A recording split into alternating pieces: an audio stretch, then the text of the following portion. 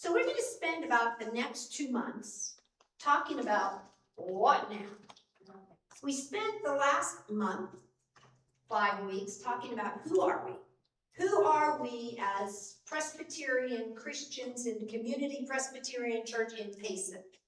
What does that mean for us?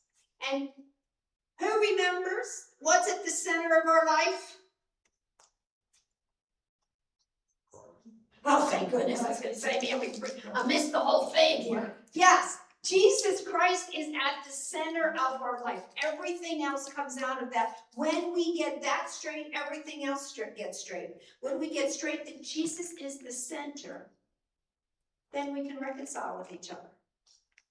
Then the fact that there are wheat and weeds growing up together is okay, because Jesus will make it right.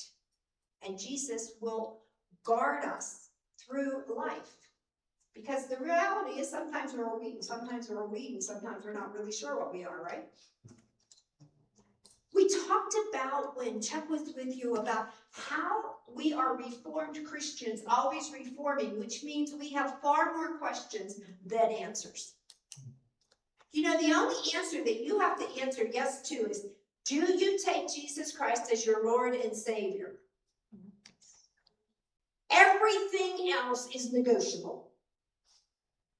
Everything else is a question on the journey. My favorite is, like, every year when I have to explain the Trinity, right? There are 4 more questions in the Trinity than there are answers. So who are we? And then last week, we looked at who is at the manger. Who gets to come when Jesus Christ is incarnate? Who, just by the symbolism of the manger, do we know the answer's for? And the answer is everybody. It's for the everyday folks. That's who Mary and Joseph were. They were the working folks of their day. It's for the heavenly host. The angels are excited too, because somehow the heavenly realm and the earthly realm are being reunited. It is for those shepherds, those guys working the minimum wage job at night when everybody else is sleeping, the forgotten folks. And it's for the people of power. Everybody is welcome at the manger. So now that we know at least a little bit about who we are, and we will keep asking questions, and that's good. What do we do with that? That's what we're going to spend probably, the rest of the year on, right?